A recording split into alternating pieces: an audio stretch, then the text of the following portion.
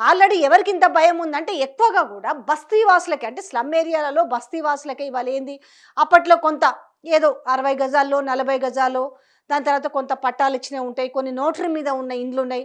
వీళ్ళందరూ కూడా ఏంది అని అంటే ఈరోజు అంటే గజ గజ వణుకుతున్నారు.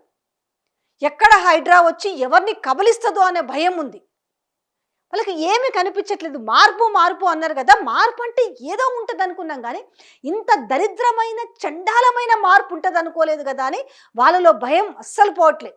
ఎందుకంటే ఎక్కడ హైదరాబాద్లో ఏ మారుమూలన తీసుకెళ్ళి ఈ బుల్డోజర్లు ఏ ఇంటి మీద ఎక్కుపెట్టినా, ఇంటి మీద అంటే పెద్ద పెద్ద బంగ్లాలకు ఎక్కుపెట్టారు, అది మీకందరికీ తెలిసిన విషయమే.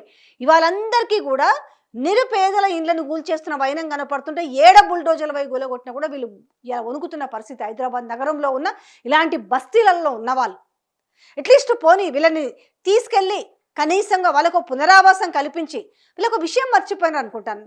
2013లోనే మన్మోహన్ సింగ్ ఉన్నప్పుడు ఒక జీవో తీసుకొచ్చారు, ఆయన ప్రధానిగా ఉన్నప్పుడే అనుకుంటా.